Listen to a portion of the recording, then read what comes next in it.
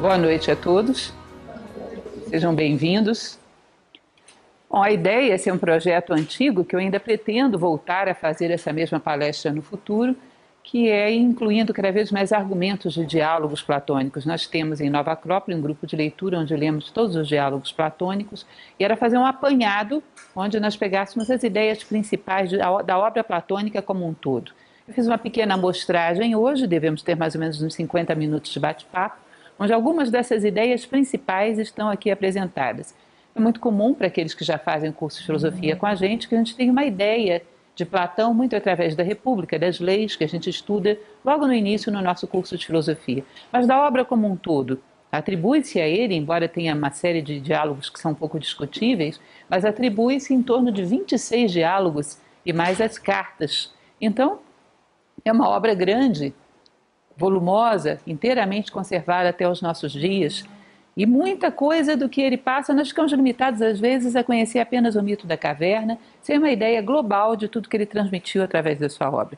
A ideia então é gerar um bate-papo, onde nós passemos por algumas ideias gerais. Nós vamos perceber que muito do que nós temos no Ocidente atual, através da filtragem de uma Idade Média e depois de um Iluminismo, são ideias platônicas, que foram sendo modificadas, foram sendo distorcidas, mas que na sua base foram concepções platônicas.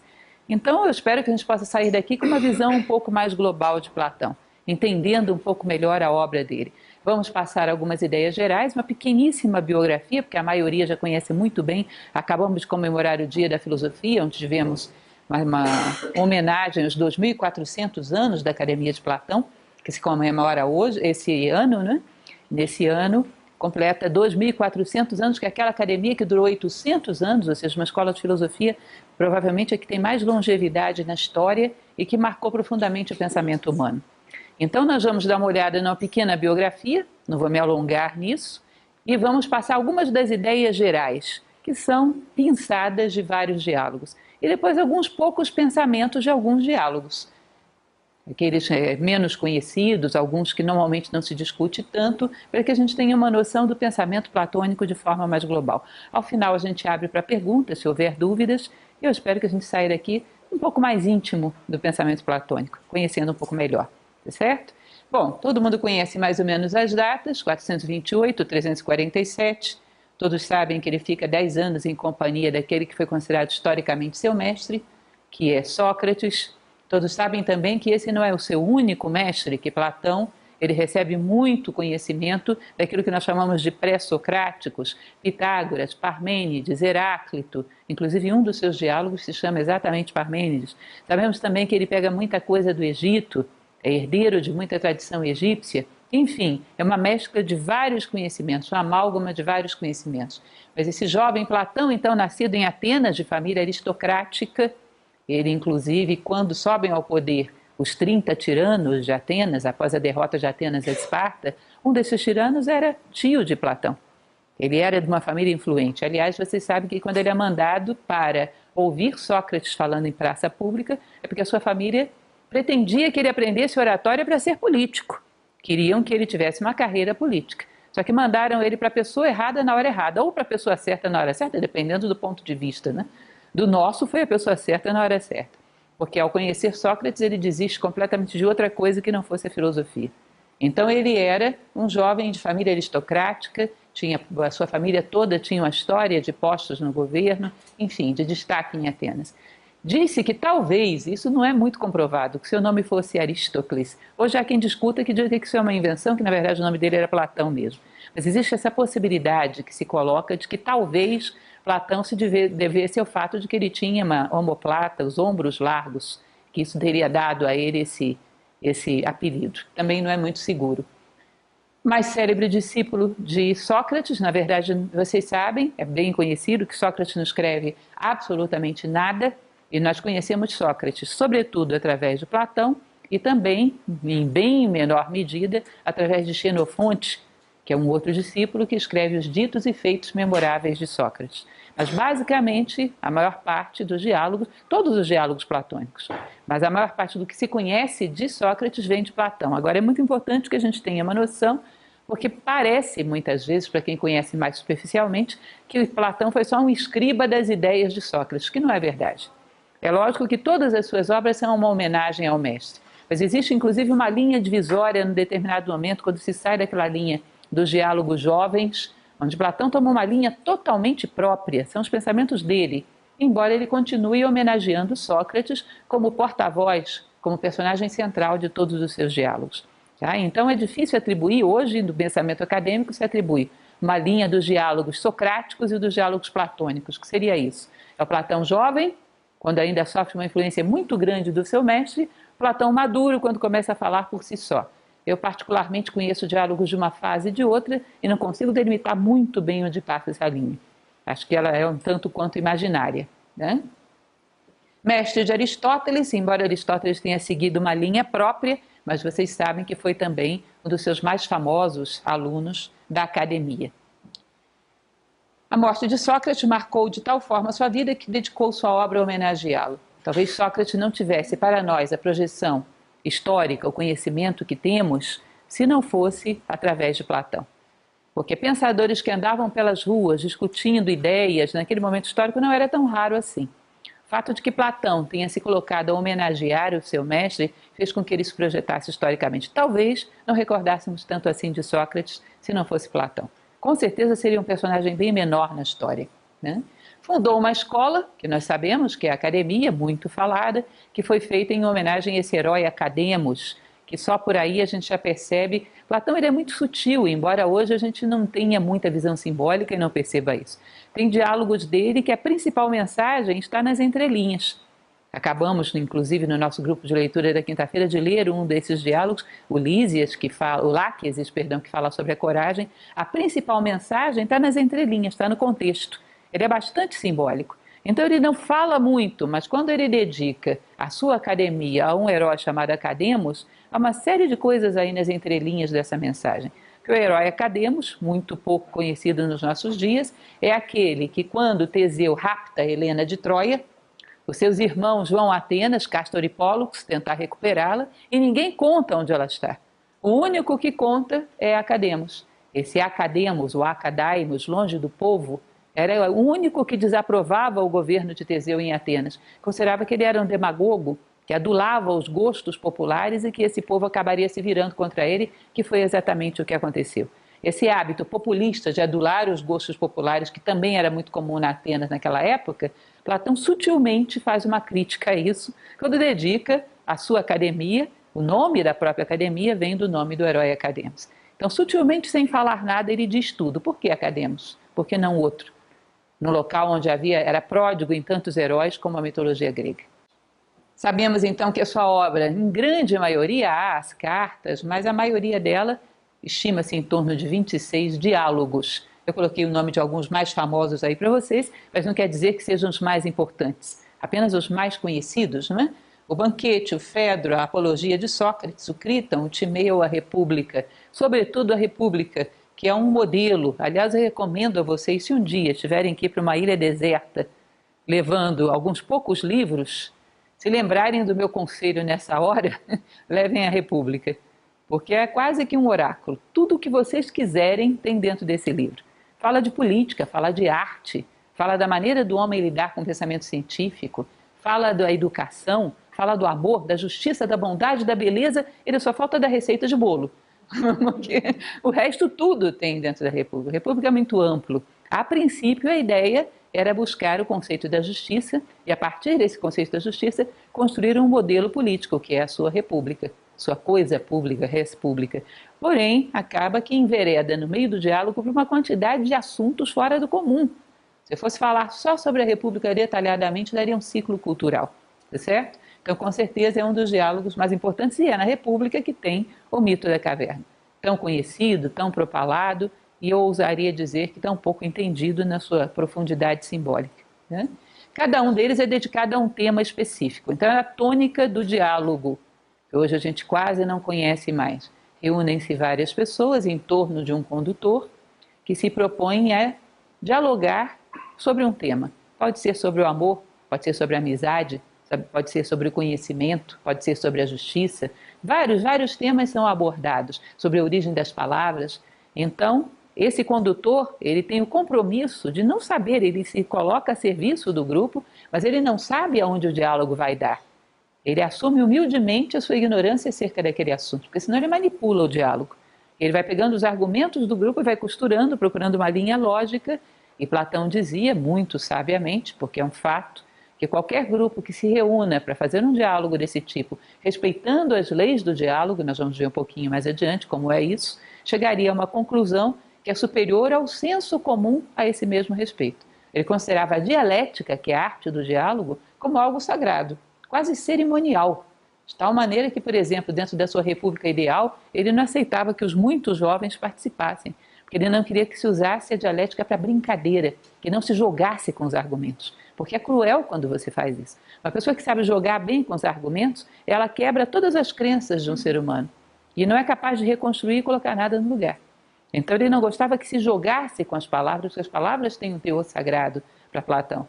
Ele não gostava que se usasse isso para brincadeira. Para ele, a dialética era uma disciplina sagrada, né? Então, os livros são todos escritos em forma de diálogo e cada um deles dedicado a um tema específico.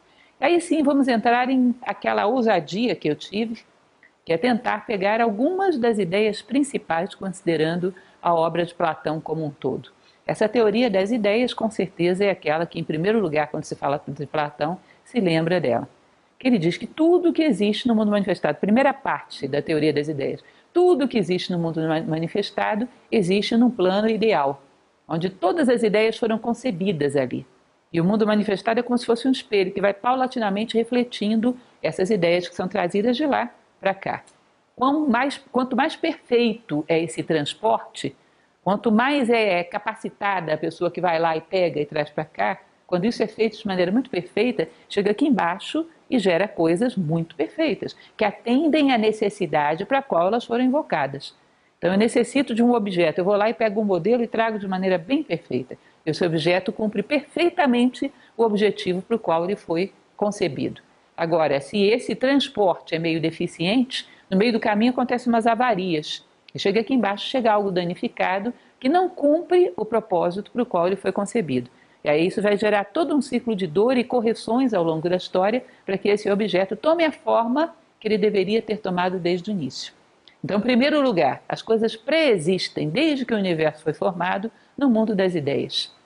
Ele diz que a grande questão do homem é realmente acessar a esse mundo. Vamos falar já já sobre isso quando discutirmos a questão do demiurgo, tá? Da ponte entre esses dois mundos. Primeira coisa, as coisas preexistem no plano das ideias. Segunda coisa, mais ousada ainda, esse mundo das ideias é o mundo real. Esse aqui é ilusório, esse aqui é sombra.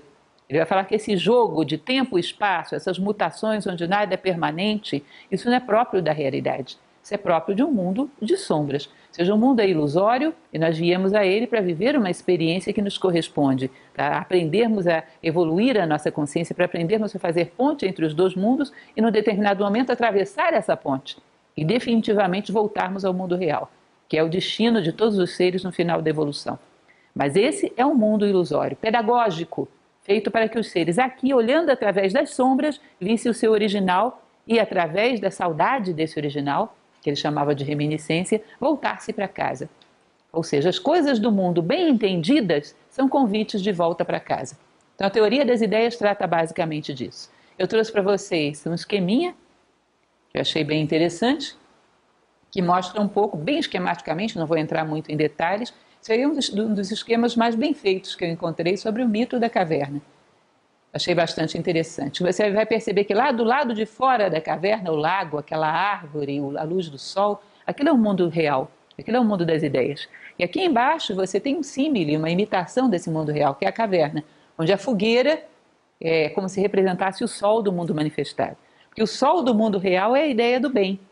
Isso é uma coisa muito profunda e muito interessante, gente. Então, nesse mundo das ideias perfeito lá em cima, ele é semelhante a esse aqui de baixo. E quem ocupa a posição do sol lá em cima é a ideia do bem. E aqui dentro da caverna, que é o mundo manifestado, é uma fogueirinha, tá? Que é o sol físico. Então ele vai dizer que tudo o que acontece dentro dessa caverna é um reflexo do que acontece lá, mais ou menos perfeito. E que num determinado momento os homens vão ter que parar de olhar para os reflexos, subir e ir na direção da fonte.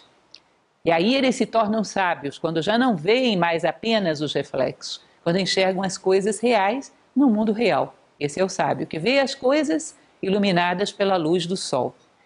Se o verdadeiro sol é a ideia do bem, como a gente costuma comentar bastante no curso de filosofia, ver as coisas iluminadas pela ideia do bem é uma das ideias mais bem concebidas que eu já vi do ponto de vista simbólico. Significa olhar para todas as coisas buscando saber o que é o bem das coisas, sem querer nada para si, apenas querendo beneficiá-las. Ele diz que isso é a característica do sábio. Ele olha para as coisas não querendo reter nada para si, apenas tentando perceber o que é o bem de cada coisa e conduzi-las em direção ao bem que lhes é próprio. E o sábio seria isso. E aí vem toda uma sequência de ideias que são subordinadas a isso, porque vocês vão perceber que no conjunto de ideias de Platão, a ideia do bem praticamente é a pedra de toque. Justifica todas as demais, tudo emana a partir dela. E a sabedoria também emana a partir dela. Ele vai dizer que é o grande divisor, por exemplo, quando ele fala do amor, que nós vamos dizer mais adiante sobre isso, um pouquinho. Porque imaginem vocês, cada tema desse, para quem já fez o curso de filosofia, sabe, é uma aula. É uma aula falando de cada tema desse. Então, estou passando bem sinteticamente. Mas tem um determinado momento que ele vai falar do divisor do amor humano, que é quando a gente para de olhar para as coisas e pergunta, para que isso me serve? Quando a gente começa a olhar para as coisas e pergunta, como eu posso servir a isso? Ou seja, o que é o bem das coisas e como eu posso contribuir para ele? Então, a relação do homem com todo o mundo manifestado se dá através da ideia do bem. Do quanto o homem captou essa ideia, ele vai ser sábio, vai ser realizado, vai ser feliz. Do quanto não captou, ele vai ter a contraparte disso, né? Que é a infelicidade, a frustração, a falta de realização como ser humano. Tá? Então, teoria das ideias basicamente é isso. Existe um mundo perfeito, o mundo das ideias, real. E esse é um mundo pedagógico. Não falso, porque essa é uma palavra pejorativa, mas pedagógico. Uma ilusão montada para que nós cheguemos a ver através dele a realidade. Ou seja, não é para ver as coisas, é para ver através das coisas. Vocês vão ver uma coisa muito bonita em relação a isso que ele fala já quando vai falar da ideia da beleza. Então, além dessa primeira ideia importante, que é a teoria das ideias, eu selecionei algumas. Aí vocês vão dizer, nossa, como é que ela vai conseguir falar de tudo isso? Bem basicamente, nós vamos ver que ele define quase tudo. Isso, por exemplo, a ideia do bem, do belo, do justo, ele vai definir essas ideias todas num diálogo, que é a República, aquele que eu falei para vocês que é um oráculo para vocês usarem na ilha quando vocês forem ser Robinson Crusoe. Ou seja, o Robinson Crusoe com a República é outra tecnologia, outra qualidade de vida, né? Porque ele define todos esses conceitos dentro da República. E imagina, são basicamente os parâmetros para a vida, porque se você sabe na prática o que é tudo isso, você tem os parâmetros da vida. Falando de maneira bastante sintética, que é o que é possível e é o que é o nosso objetivo dentro de uma palestra. Vocês vão ver que o bem, ele relaciona a unidade, o bem é aquilo que une, o belo, aquilo que eleva na direção da unidade, ou seja, o belo sempre eleva o homem na direção da unidade, na direção do bem, consequentemente, e o justo, aquilo que ordena, coloca cada coisa no lugar certo. E ele relaciona essas coisas todas interligadas, ou seja, a unidade é para onde caminha todo o universo. O universo veio da unidade e volta para ele. A evolução sempre se dá rumo à unidade, onde cada coisa se encaixa como se fosse um grande quebra-cabeça. Cada ser, quando encontra a si próprio, encontra a sua própria identidade, encontra uma forma que encaixa perfeitamente com a do resto do universo. Se a sua forma está em atrito, é porque ainda não é a sua forma. Quando você encontra a sua identidade profunda, que é o conhece-te a ti mesmo, você se encaixa no universo de maneira harmoniosa. Porque o universo, ele é todo ele, partes, células de uma grande unidade. Ou seja, evoluir é se perceber cada vez mais como célula de uma grande unidade e trabalhar não apenas para a célula, mas para o corpo. Isso é um elemento que é super interessante e que caberia em qualquer consideração que a gente faça a respeito de valores, que é uma das coisas mais ausentes na sociedade atual, né? Para ser ético, você tem que pensar como todo, como sociedade, como humanidade. O egoísmo inviabiliza a ética. Para ser honesto, você tem que pensar como todo, como humanidade. O egoísmo inviabiliza a honestidade. Parem para pensar. Qual é a virtude, qual é o valor que convive bem com o egoísmo? O egoísmo é o antípoda da unidade. Leva o homem à involução. Leva o homem àquilo que a tradição tibetana chama da heresia da separatividade. Então, o bem se define pela unidade. O bem é aquilo que une, que leva os seres a uma unidade cada vez maior. Se vocês forem considerar o esquema egípcio da pirâmide, vocês vão perceber uma coisa bastante interessante. Numa pirâmide, imaginem que aqui em cima existe a ideia do bem, Quanto mais os seres humanos sobem, mais estão próximos dessa ideia e mais estão próximos entre si também. Não é isso? À medida que descem, o que vai acontecer? Se afastam. Então, se você quer saber se você está subindo ou descendo, perceba se está mais unido ou mais separado, mais egoísta ou mais altruísta. É um sintoma infalível, uma condição moral de avaliação se subimos ou descemos a pirâmide. Não há como escapar isso. Então, a ideia do bem associada à unidade, a ideia do belo. Ele diz, olha, é uma das ideias mais equivocadas que tem na sociedade, já naquele tempo, imagina hoje. Porque existem várias coisas que podem ter várias funções dentro da sociedade, mas o belo necessariamente é aquilo que eleva a consciência do homem em direção ao bem. E aí é uma consideração muito interessante isso. Tem uma passagem de um dos diálogos, que não é a República, que eu vou me recordar já já qual é, que ele diz o seguinte, que a beleza não é um convite a possuir algo, mas um convite a ele renunciar. Ele diz que a verdadeira beleza não é, sei lá, eu acho essa cadeira bela, eu quero ela para mim, vou levar para casa. A gente não penetra, a gente não possui os objetos, eles não são realmente nossos. Isso de querer algo para mim pode ser uma atração, pode ser uma paixão. A verdadeira beleza, ela não te dá esse impulso de querer possuir. A verdadeira beleza é como se aquele objeto fosse um símbolo que te remetesse a alguma coisa através dele. Através dele você lembra de algo. Quando você vê um ato belo, quando você vê uma música bela, quando você vê um quadro belo, é como se você, dentro de você, te desse uma saudade, uma reminiscência, uma nostalgia de um mundo onde todas as coisas são assim. Isso me lembra algo. É como se eu tivesse vivido num mundo onde todas essas coisas são dessa qualidade, são harmoniosas assim. Então, através das coisas belas, eu lembro de mim mesmo. Através das coisas belas, eu encontro o caminho para casa. Eu não desejo as coisas belas. Porque ele diz, ninguém possui nada no mundo material, isso é uma ilusão. E desejar possuir as coisas, isso é instinto, isso é atração, isso não é verdadeiramente um sentimento de beleza. E o atrativo e o belo são duas coisas bem diferentes. A beleza você torna o objeto belo simbólico e você vê através dele o teu caminho evolutivo, você vê através dele a si próprio. Seja qual for o verdadeiro ato belo ou o verdadeiro objeto belo, ele é um símbolo que te remete a alguma coisa mais elevada. Ou seja, a beleza eleva o homem, aproxima o homem do bem, que como eu falei para vocês, o bem é a pedra de toque de tudo.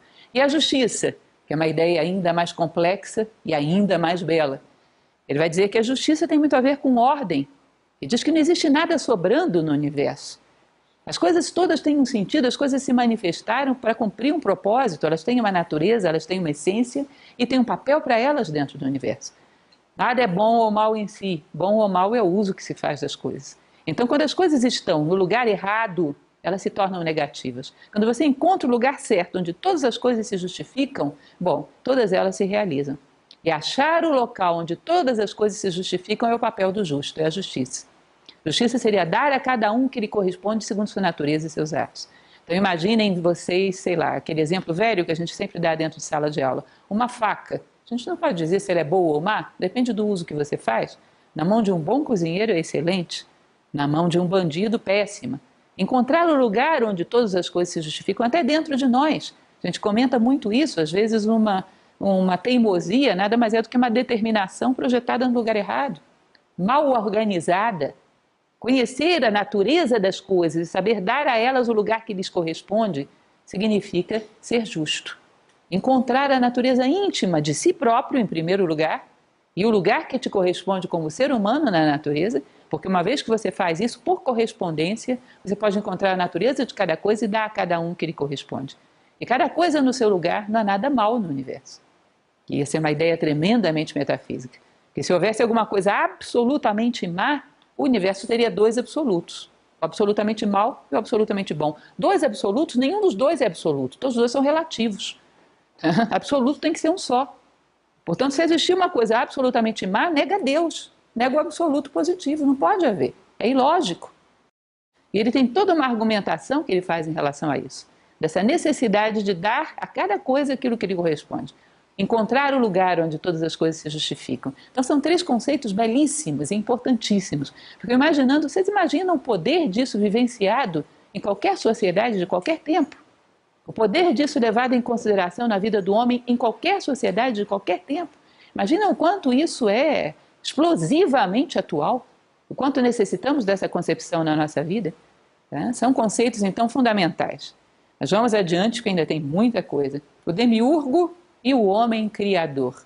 Esse conceito do demiurgo, que é interessante, é o conceito de um ser divino que, quando criou o universo, fez uma ponte entre esse plano das ideias e o plano concreto, ambos construídos por ele mesmo. Ele faz uma ponte entre esse plano das ideias e o plano concreto e traz de forma perfeita, de tal maneira que a natureza, toda ela, cumpre com seu papel de forma exata e perfeita. Chega um determinado momento que, quando desperta no homem a razão, ele entra na categoria de homem criador, que de uma certa maneira deveria também simular esse demiurgo, porque também cabe a ele criar. E o que ele teria que fazer? Teria que ter estatura moral suficiente para estar com a cabeça no céu e os pés na terra. Ou seja, ser capaz de captar essas ideias do plano das ideias e construir no plano concreto a imagem e semelhança. Quando o homem não tem estatura moral para isso, ele cria deformações. E essas deformações vão ser fonte de sofrimento, né?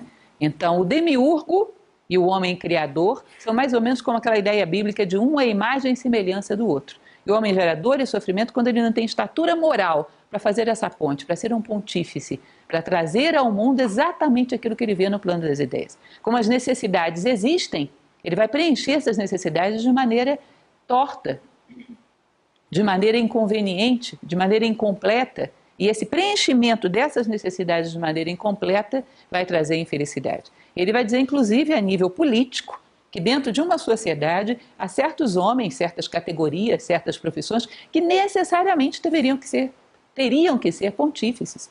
Por exemplo, um educador, porque se ele não vê o plano das ideias, ele vai plasmar o que no mundo? Por exemplo, um legislador, por exemplo, um artista, curiosamente. São pontes que você não poderia colocar homens aí sem estatura moral, porque o dano para a sociedade seria muito grande. Porque são produtores de formas, são produtores de elementos que vão gerar influências dentro da sociedade. São produtores de cultura, de civilização. E se não o fazem, toda a humanidade padece. Porque quem não pode ver, vê através dos olhos deles. Isso é um artista, isso é um legislador, isso é um educador. Quem não consegue ver o plano das ideias, vê através dos olhos deles. Agora, se eles também não veem, ninguém vê. Entendem isso? Então a ideia de que o homem criador, ele é a imagem e semelhança do demiurgo. Curiosamente, eu sempre comento em sala de aula, bem recentemente eu li um livro de um pesquisador atual, que é físico quântico e trabalha, e começou a fazer algumas pontes com a filosofia a partir das observações dele de laboratório, e ele fazia uma observação dentro da micromatéria, vocês devem conhecer, se chama Amit Goswami. Ele tem um livro que se chama Física da Alma, que ele fala algo muito parecido com isso. Obviamente inspirado também nas ideias platônicas, né? Mas também a partir de observações dele. Ele diz que dentro da micromatéria existe uma influência do observador nos fenômenos. Portanto, se você tem, por exemplo, uma pequena partícula e você filma um processo, ela se comporta de uma maneira. Se existe um observador, o observador tende a interferir nesse processo. E essa partícula tende a se comportar segundo a expectativa desse observador. Ele achou isso muito curioso e parou para pensar, bom, como é que aconteceria se vários observadores se colocassem diante dessa partícula? Como é que ela tomaria uma decisão sobre tantos observadores? E aí ele chega a uma conclusão que não é mais a partir de laboratório, já é uma conclusão filosófica dele, que eu achei muito interessante, que ele diz, olha, os homens, quando eles têm uma conexão com uma mente cósmica, eles têm uma categoria de criadores e interferem sobre o curso dos acontecimentos. Quando eles desconectam por egoísmo e passam a trabalhar por si próprios, eles perdem essa categoria de criadores e caem na categoria de criações. Alguém pensa aquilo que eles são, alguém pensa aquilo que eles vivem. Eles já não são mais criadores. Tá? Então, o homem conectado com esse plano das ideias, o homem conectado com essa mente cósmica, ele teria também uma categoria de criador. Seria capaz de interferir no curso da história. Se não, pelo egoísmo, o homem se bloqueia e cai na categoria das coisas criadas. E alguém vai pensar aquilo que ele está vivendo, cai no inconsciente coletivo. Alguém vai pensar as ideias que ele tem. Não são dele mesmo, são todas copiadas de algum arquivo do inconsciente coletivo. Então é bastante atual também e daria um monte de reflexões isso. O que mais? O conhecimento verdadeiro e a opinião. Nossa, isso aí são muitos diálogos falando sobre isso, de muitos jeitos, de todo quanto é jeito. Onde ele vai falar a respeito das etapas. Uma das coisas que ele considera terríveis é que o homem Que ele vai emitir opiniões é inevitável, mas que ele dê às opiniões um status de verdade. Porque quando o homem começa a dar às suas opiniões um status de verdade, ele significa que ele perdeu o amor à verdade. Já não interessa mais a ele. Interessa mais a forma como ele gosta de ver a vida do que a vida realmente é. Eu acho interessante, é como se vocês, para pegar um exemplo moderno, daquele filme Matrix, que recentemente comentamos aqui na escola, inclusive, quem assistiu Matrix 1? Quase todo mundo, né? Por isso que eu gosto de usar como exemplo, porque é bem conhecido. Aquele cidadão que saiu da Matrix, viu como tudo funcionava, mas por um comodismo preferiu entrar na Matrix e viver uma ilusão. Lembram disso? Vocês percebem que a gente às vezes vive isso? Pode perceber que as nossas opiniões não são muito corretas, mas elas são confortáveis. Elas me dão um certo estado de conforto psicológico e também tem uma inércia terrível de mudar. Então ele diz que o homem se apega às opiniões e dá a elas um status de verdade e desiste da verdade. E ainda que ele desconfie que as suas opiniões não correspondem à verdade, ele prefere as opiniões, se acomoda num mundo ilusório e deixa de ter o ímpeto de busca da verdade. Ele diz que isso é desumanização. Um homem que não tem dentro de si a sede e o ímpeto de busca da verdade, ou seja, que não quer sair da Matrix, é como se ele tivesse perdido a característica fundamental do ser humano. No fundo, em última instância, existe algo dentro de nós, uma voz, que é: eu quero sair da Matrix. Adaptando a linguagem platônica aos nossos dias. Qualquer outra coisa é secundária em relação a isso. E quando o homem troca essa ânsia legítima da natureza humana de busca da verdade por outro brinquedo qualquer, significa que ele se desumanizou. E aí o que vem a partir disso é imprevisível. Aí a sociedade perde totalmente o seu rumo. E, sobretudo, quando as pessoas que têm esse tipo de comportamento conduzem uma sociedade, porque aí vão criar uma cultura que institucionaliza isso. Porque esses formadores de opinião criam cultura. Quando não são inspirados por uma busca filosófica da verdade, institucionalizam a alienação. Então ele vai falar basicamente dessas 4 categorias, né, que são a icase, a conjectura, que é pura opinião. Sabe aquela brincadeira que o pessoal costuma dizer: não sei nem quero saber e tenho raiva de quem sabe? Então eu vou dar para vocês um nome grego para ela, se chama icase. Quando alguém falar isso para você, você diga: você está praticando a icase. Ele não vai entender nada, mas é isso mesmo, está correto. Tá? Pistes, que é a crença, é quando a pessoa toma um conjunto de opiniões como verdadeira e é avessa a qualquer questionamento.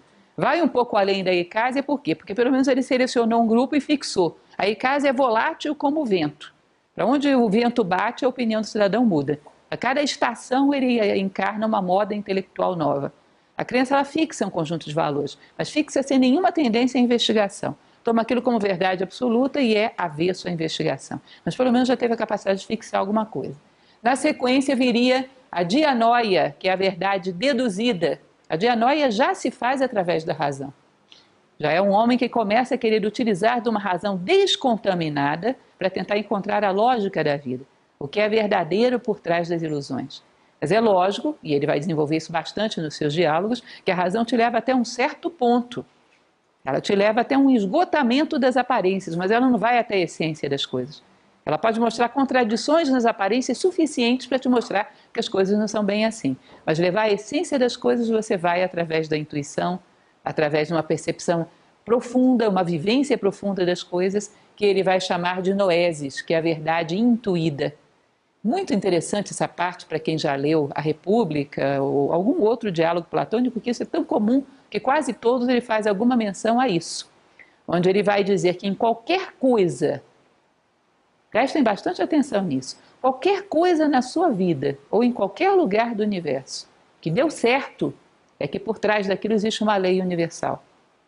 E você pode abstrair dos fatos em si. Se você tem uma boa capacidade simbólica, intuitiva, abstrai dos fatos e pega a lei que está por trás daquilo. E se você pega essa lei, você é capaz de aplicá-la em qualquer coisa da vida, que ela funciona também. Ou seja, por trás de algo na tua vida que deu certo, você abstrai uma lei universal, que pode ser aplicada em qualquer outra coisa na sua vida. Eu costumo comentar com os meus alunos um exemplo bem bobinho, que todos eles conhecem decore e salteado, mas como tem alguns aqui que ainda não são nossos alunos, vou me permitir contar essa velha história novamente. Nós somos voluntários em Nova Acrópole, vocês sabem, e quando temos alguma necessidade, por exemplo, de pintar uma parede, fazemos nós mesmos.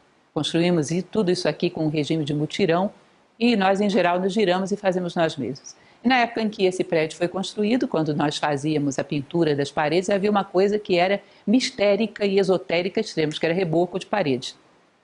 Para quem já fez, sabe que isso é um negócio um tanto quanto exótico, né? Porque o pedreiro faz aquilo com uma facilidade fora do comum. Você vai fazer puff, aquela massa cai no chão. Não é assim? Você vai fazer puff, a massa cai no chão. Até que chega um determinado momento que você encontra a distância correta, o jeito correto, a força correta, puff, a massa gruda na parede. Os pedreiros morrem de rir de você, é uma coisa engraçadíssima. Porque eles fazem aquilo ali com uma facilidade tremenda. Eternamente um pedreiro vai ser melhor do que eu para colar a massa na parede. Mas o que um filósofo pode fazer dessa experiência? Quando você percebe que quando você coloca a distância correta, a intensidade correta, a concentração correta, a coisa gruda, você não pode abstrair daí um princípio que você usa em qualquer outra situação? Você vai aconselhar uma pessoa, já aconteceu isso exatamente comigo, foi muito curioso. Aconselhar uma pessoa que estava com umas emoções um pouco atrapalhadas, um pouco ansiosa, e eu percebi que tinha que deixar que falasse um pouco, mas não muito, porque senão ia entrar numa emotividade que não ia ouvir mais. Portanto, tinha que esperar a hora certa. E tinha que falar de maneira que ela levasse a sério o que eu ia dizer, mas não com muita força, porque senão ofendia. Então, a intensidade certa. E falar com uma certa suavidade, mas ao mesmo tempo uma certa firmeza, ou seja, a distância certa. E se eu conseguisse encontrar esse ponto na hora que eu falasse, puf, grudaria. Vocês acham que eu lembrei de quê?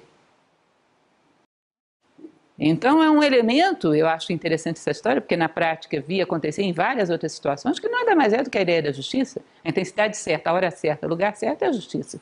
Tá? Mas você percebe que você abstrai de uma situação prática algo que pode servir para tudo na vida. E isso é muito mais do que razão.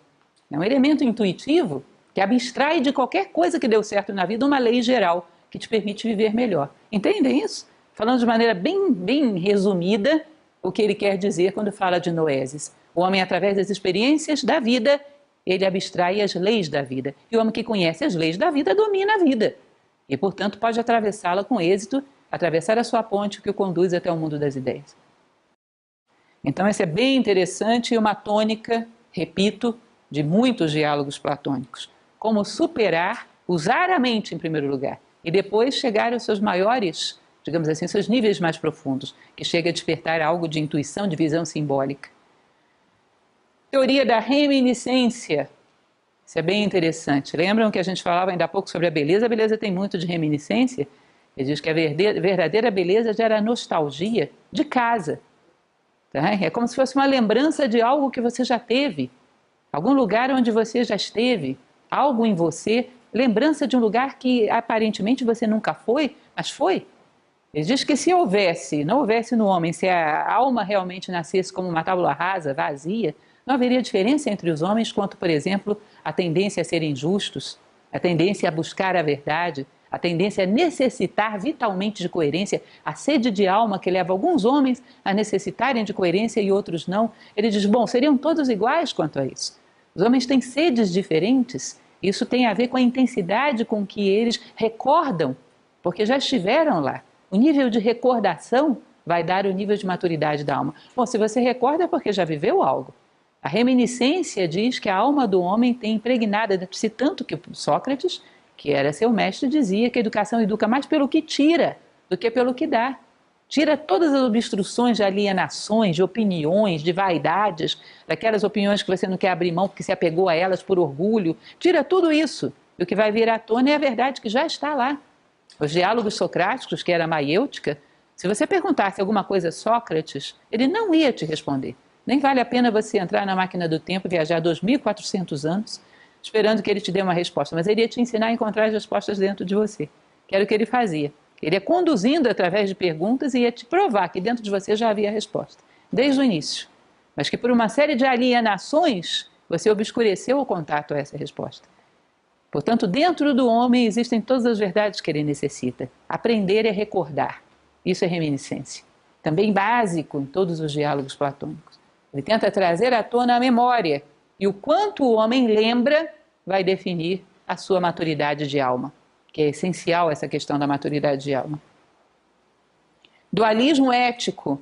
A moral absoluta, que logicamente se inspira na ideia do bem, porque tudo se inspira.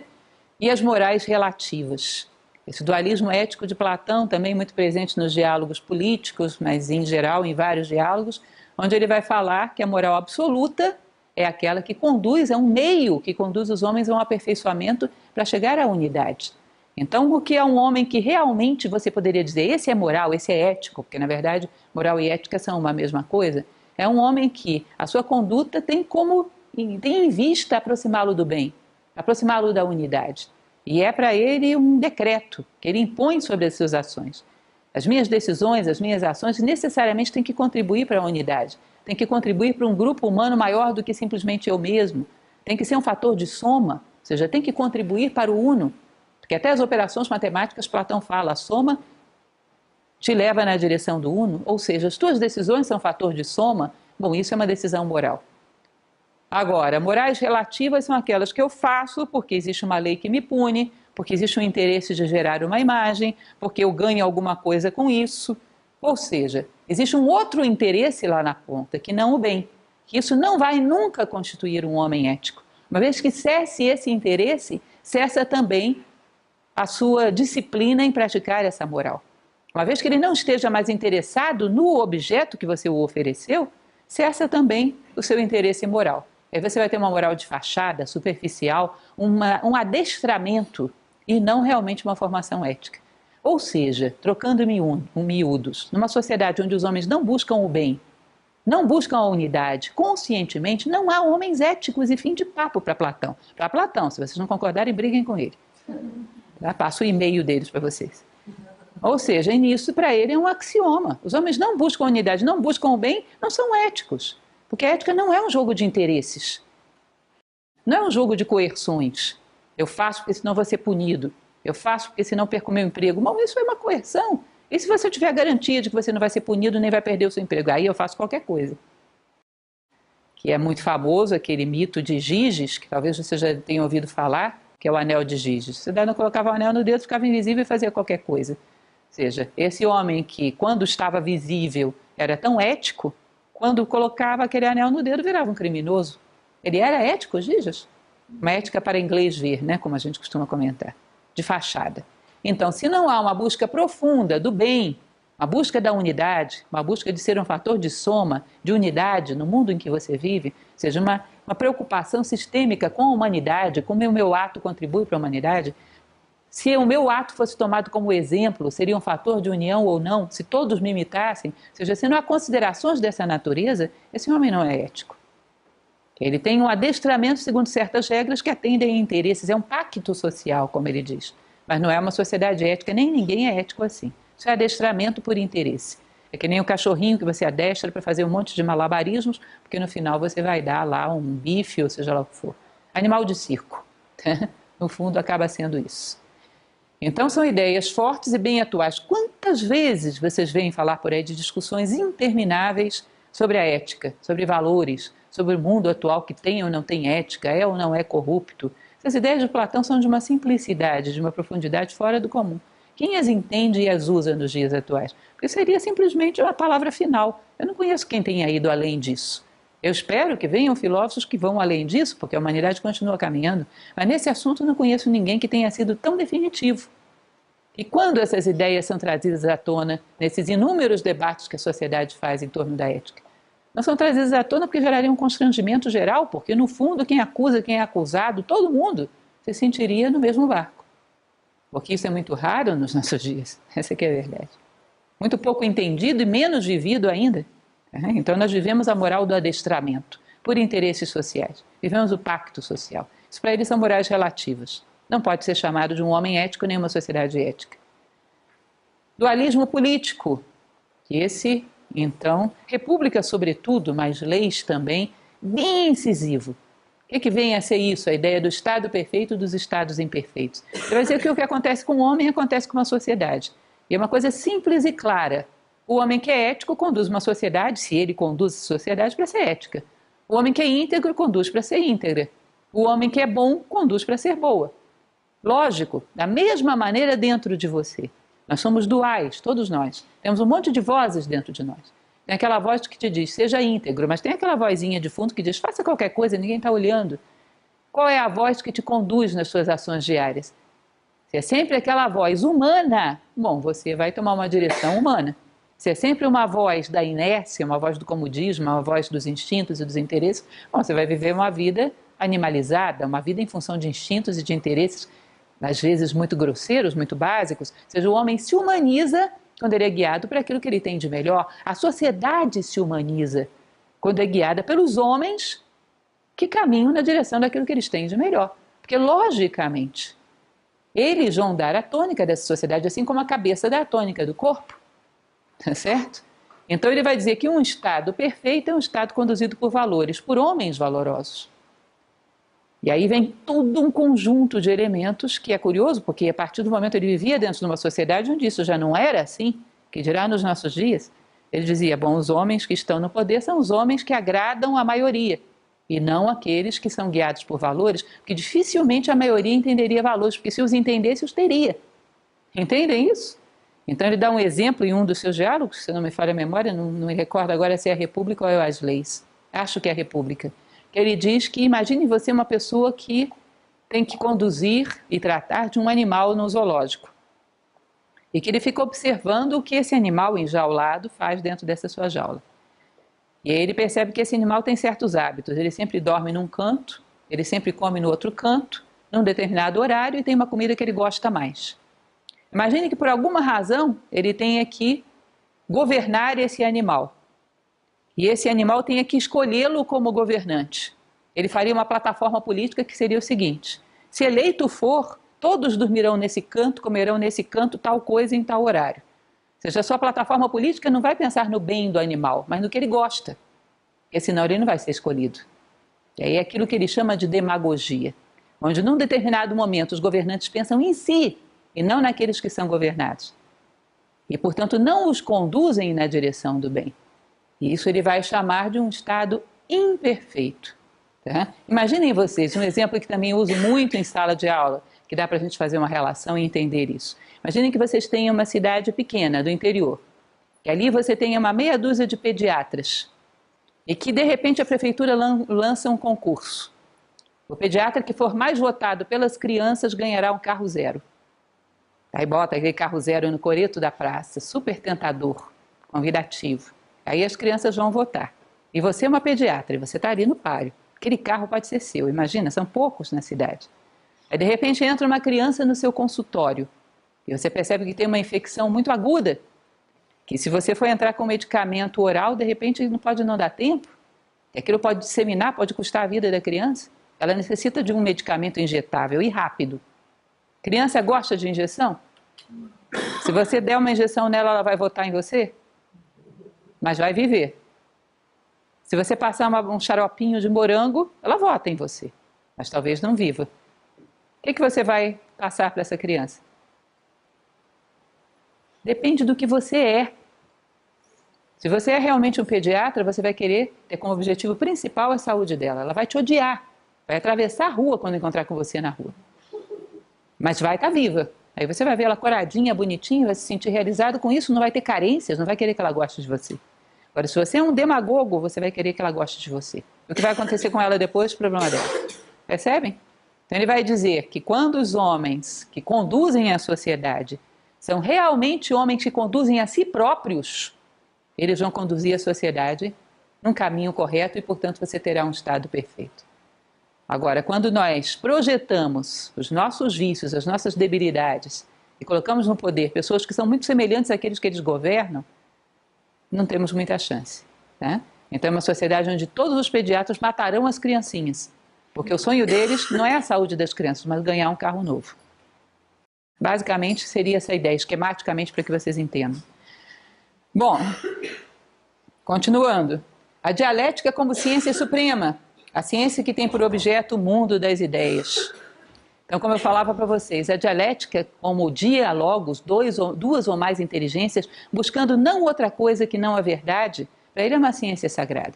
Você tem um grupo de homens que não tem interesse em projetar sua personalidade, não tem interesse em mostrar que eles sabem mais, mas que são humildes a ponto de saber que nada sabem, têm amor à verdade, não vão pensar a respeito de experiências que eles viveram e não invocar autoridades do passado, ou seja, num diálogo não vale você dizer tal coisa é verdadeira porque fulano falou.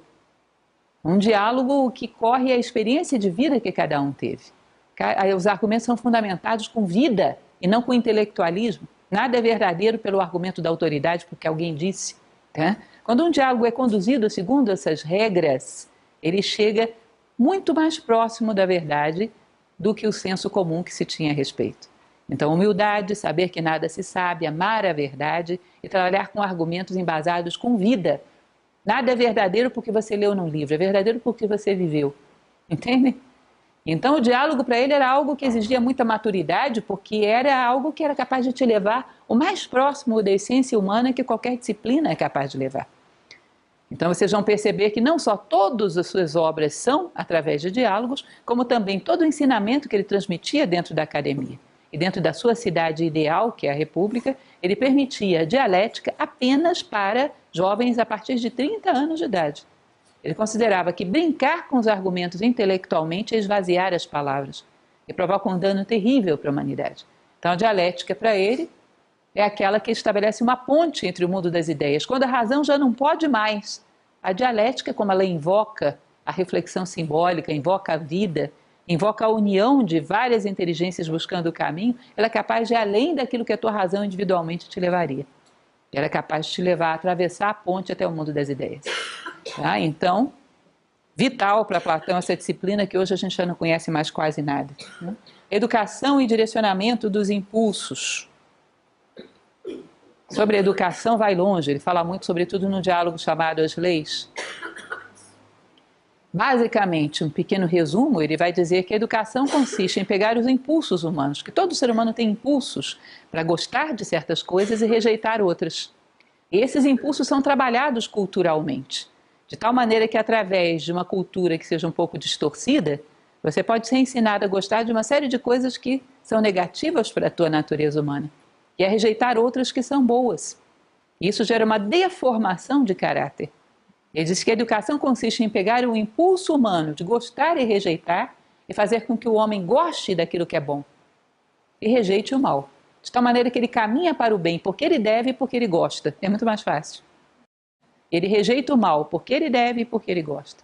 Direcionar os impulsos humanos para que ele se incline para o bem e rejeite o mal.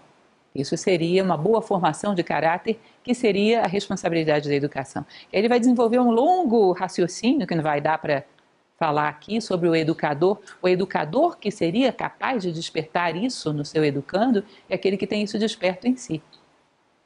Ele vai representar aquilo que aquele educando ainda não tem por imaturidade. Mas para ele representar algo no outro, ele tem que ter isso presente em si. Ele não pode representar uma coisa que ele não tem. Então, para ele, o educador é condição fundamental de um educador é ter contato da sua consciência com esse plano das ideias. Ter valores, ter virtudes. O conhecimento mesmo técnico para ele é secundário. Ele diz que um educador que percebe as necessidades do seu educando, se ele necessita de informações por amor ao seu ofício, ele obtém muito rápido. Mas valores não é tão rápido assim para obter. Vocês entendem isso? Imaginem aquele velho exemplo que a gente sempre dá em aula também. Um empresário que contrata um empregado. Hoje, quando se pede um funcionário, normalmente se exige o quê? Experiência técnica naquilo que ele vai fazer. Não é isso? Então, tenha um currículo, saiba mexer com o computador, com tais programas, com isso, com aquilo, essa pessoa começa a trabalhar.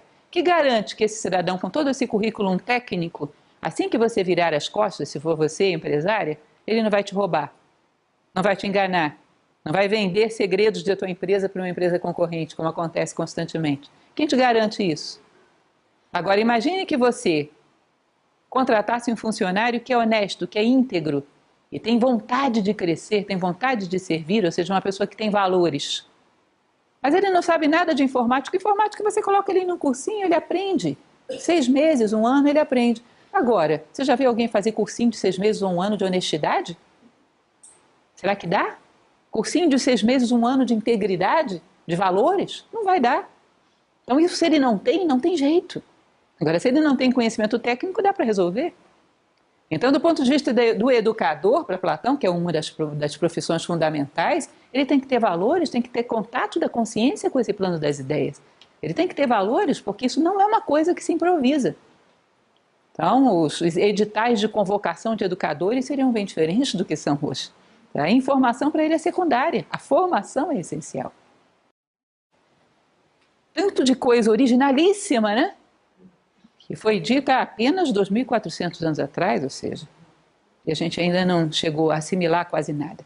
Amor e virtudes morais, não vou entrar muito em detalhes em relação a isso, mas ele vai falar em relação ao amor, é sempre uma união a partir da essência dos seres humanos, e não a partir da aparência, que é a ideia das almas gêmeas, né, dos três mundos. Nós temos um mundo físico, resumindo bastante a história, que tem afinidades físicas, e nós temos um mundo metafísico, que tem afinidades metafísicas. Quando você se une por atividades metafísicas, por afinidades, perdão, metafísicas, quanto mais o tempo passa, mais essa união se estreita. Porque se eu me uno a alguém porque essa pessoa ama a justiça e eu também, à medida que o tempo passa, ela se aproxima da justiça e eu também. Portanto, nos aproximamos mais um do outro. Mas se eu me uno por uma mera afinidade física ou psíquica, à medida que o tempo passa, essas afinidades diminuem, porque tanto física quanto psiquicamente mudamos ao longo da vida. E aquilo que era muito próximo num ponto vai se distanciando e essa relação se esvazia. Então, que numa relação amorosa, como em todas as relações dentro da sociedade, os homens sejam um fator de soma na vida de uns dos outros. E, portanto, se unam acima, deem asas uns aos outros. Não se unam para cortar as asas mutuamente uns dos outros. Que se unam em torno de valores. Que se unam em torno de elementos metafísicos. Em torno de buscas transcendentes, em torno de ideais. Essa é a ideia, resumidamente, do amor platônico. E as virtudes morais, que não vou entrar muito em detalhe em relação a elas, ele diz que são a base que sustenta a sociedade. Ele vai falar de algumas como prudência, como temperança, como coragem, que são muito diferentes daquilo que a gente entende hoje em dia. Cada uma delas tem uma acepção, por exemplo, a coragem para a gente hoje em dia é ímpeto, corajoso é um impetuoso. Para ele, corajoso é um homem lúcido, que sabe se manter lúcido diante das situações de perigo e tomar a decisão mais adequada. Então é quase que uma reconstrução dos nossos conceitos todos. Platão reconstrói as bases com as quais a gente lida com a vida. Isso é muito interessante. Ele dá um novo sentido, que na verdade é o sentido mais antigo de todos, às palavras. Aí sim, vamos para passagens importantes. Trouxe para vocês alguns trechos, na verdade trechos que se relacionam um pouco com essas ideias que a gente já falou. De diálogos, eu procurei trazer alguns, um pouquinho de cada um, porque senão ficaria só dentro da República, um pouquinho de cada um para que vocês conheçam algumas dessas ideias. Gorgias, que é um diálogo lindíssimo, diga-se de passagem, pouco conhecido e muito belo. É sempre melhor sofrer uma injustiça do que praticá-la. Curioso, né? Ele diz que o dano que se sofre quando você pratica uma injustiça é muito pior do que o dano que você sofre quando você é vítima dessa injustiça. Ser vítima de injustiça te tira coisas que necessariamente na morte você as perderia. Mas praticar uma injustiça tira coisas que nem a morte seria capaz de tirar de você. Se um homem é íntegro, se um homem é bom, se um homem tem valores, nem a morte é capaz de tirar isso dele, mas a sua falta de ética é capaz de tirar. Agora, se um homem sofre uma injustiça, o que vão tirar dele? A sua imagem? A sua imagem com a morte vai-se embora mesmo. Os nossos objetos materiais, ou mesmo a nossa vida física, tudo isso com a morte íamos perder de qualquer forma. Antecipa talvez a perda de coisas que nunca foram nossas, mas não tira de nós o essencial. Sofrer injustiça não tira de nós o essencial. Cometer injustiça, sim, percebe? Então sofre muito mais aquele que comete injustiças e ele inclusive invoca para que se tenha compaixão desses homens, que são os mais miseráveis dos homens. E de alguma maneira deveria ser aqueles que mais despertam a nossa compaixão. Porque perdem coisas que nem a morte seria capaz de tirar deles, mas eles entregam através da injustiça. Certo? Isso é o Gorgias. O Crátilo. Crátilo é um pequeno diálogo muito lindo que fala sobre a origem das palavras. Essa é uma passagem dele. E assim, quem atribui os nomes não se contradiz. Ele fala dos legisladores que criaram os nomes lá no início dos tempos, dessas línguas que nós viemos herdando. Né? Quem atribui os nomes não se contradiz, denotando sob distintos nomes o princípio da ordem e do movimento para as virtudes e o constrangimento e agrilhoamento para os vícios. O que quer dizer isso? Ele faz uma coleção invejável de nomes de virtudes. A bondade, a beleza, a honestidade, a integridade, tudo que vocês possam imaginar. Ele vai lá na origem desses nomes e descobre que a raiz do nome de todas as virtudes tem a ver com movimento. fluxo, movimentar-se. E aí ele pega os vícios e vai na raiz de todos eles e descobre que todos eles têm a ver com detenção, agrilhoamento, deter-se. E o nome dos deuses gregos, ele pega a etimologia deles e descobre que os deuses gregos, na sua etimologia, são aqueles que empurram o homem para o movimento, para a evolução, para o fluxo da vida, por querer ser mais do que somos hoje, por buscar o ideal humano, a completude humana, quanto a valores, virtudes e sabedoria. As virtudes te empurram nessa direção e os vícios te detêm. Tá? Então é muito interessante dar uma reflexão longa a respeito disso. Aliás, só sobre isso aí daria para fazer uma palestra tranquilamente. A República. A educação deve propiciar ao corpo e à alma toda a perfeição e beleza que podem ter. Ou seja, a educação propicia a beleza ao corpo e à alma. Ou seja, eleva corpo e alma na direção do bem. Como já falamos bastante, né? Tanto quanto ao bem, quanto em relação à beleza. Isso também é muito bonito, o Banquete, que é um diálogo que trata sobre o amor, onde ele vai falar a respeito do instinto de reproduzir, que diz que o homem não tem instinto de reprodução só no corpo.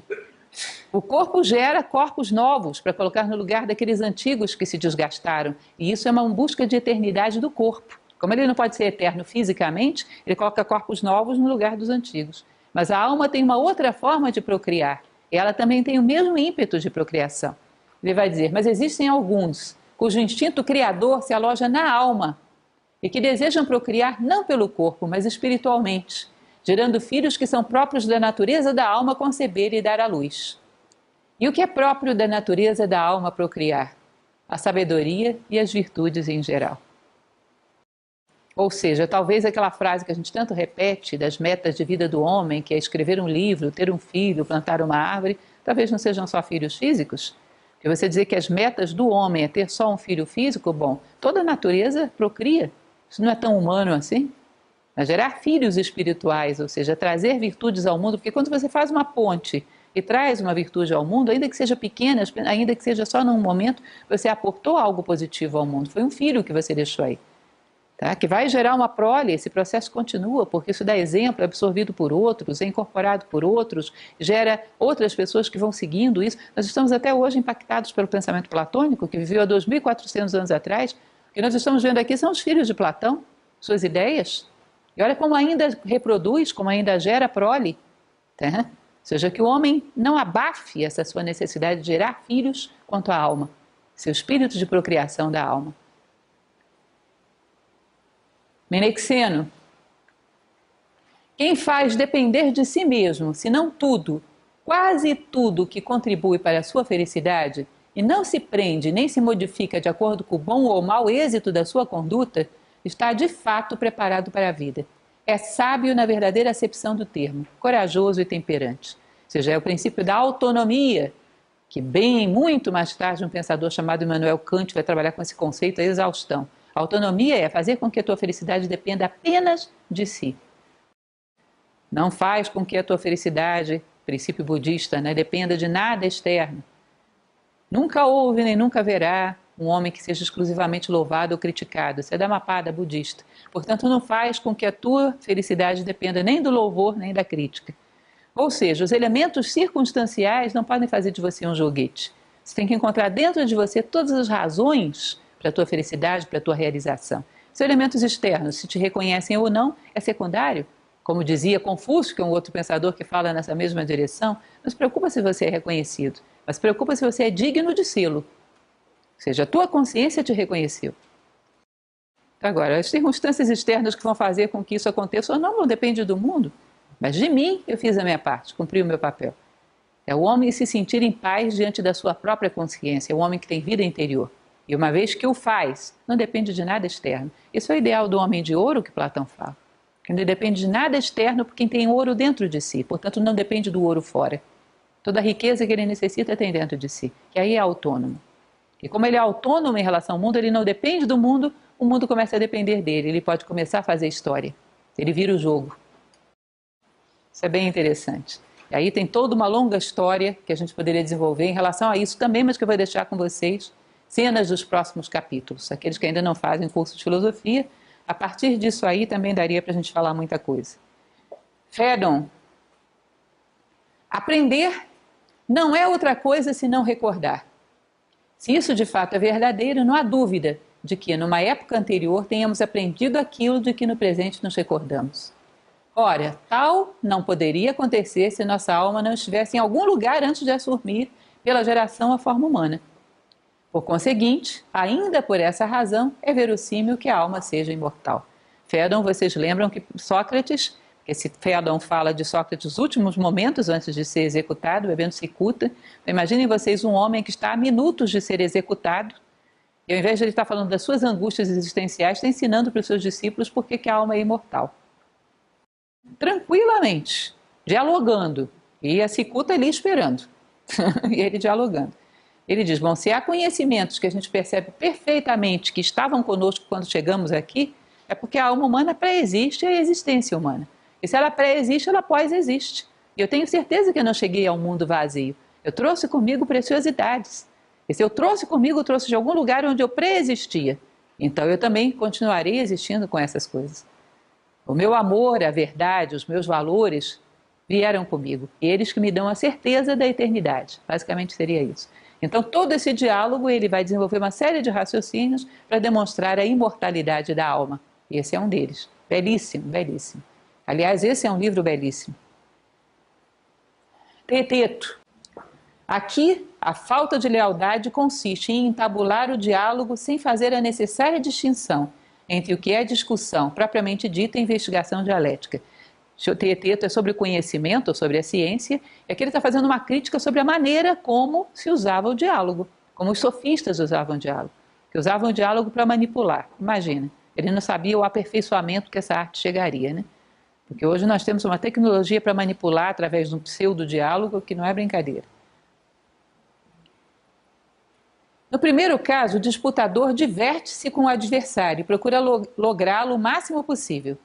No outro, o dialético procede com seriedade e esforça-se por levantar o adversário e mostrar-lhe apenas os erros em que ele incorrera, ou fosse por conta própria ou por má orientação de outros diretores. Se assim procederes, teus interlocutores só poderão queixar-se deles mesmos, em suas incertezas e perplexidades, não de ti. Seguir-te-ão por toda parte e se mostrarão amigos, detestando-se e fugindo deles mesmos para se acolherem à filosofia e se mudarem noutros, sem mais continuarem a ser o que eram antes. Olha que bonito. O verdadeiro diálogo dá ao homem o impulso de aperfeiçoamento, de detestar a própria ignorância e querer mudarem-se em outros. Porém, se fizeres o contrário disso, a exemplo da maioria, o contrário precisamente se passará contigo. E em vez de filósofos ou amigos da sabedoria, farás de teus acompanhantes inimigos do saber quando se tornarem mais idosos. Ou seja, o diálogo bem conduzido faz com que os homens se tornem amigos da sabedoria e inimigos da ignorância. Isso dá a eles um impulso de querer varrer de si a ignorância e se tornarem homens cada vez melhores.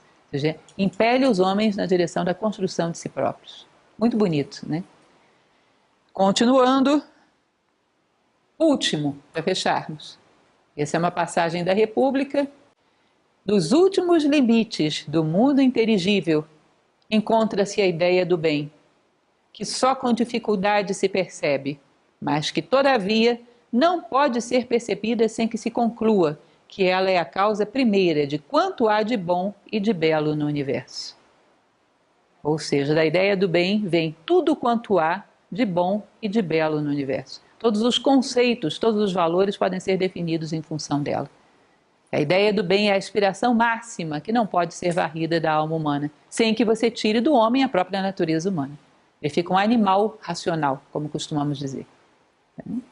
Bom, isso era basicamente o que eu queria trazer para vocês. Como eu falei, é um pequeno esboço. No futuro pretendo fazer isso mais elaborado, incluindo mais, mas aí teria que ser um ciclo cultural, né? Para caber todos os diálogos platônicos, são muitos. Mas algumas ideias gerais do pensamento platônico como um todo. Eu acho que escolhi de maneira bem estratégica e espero que seja útil para vocês. Aí abro para perguntas. Tem alguma dúvida, alguma coisa?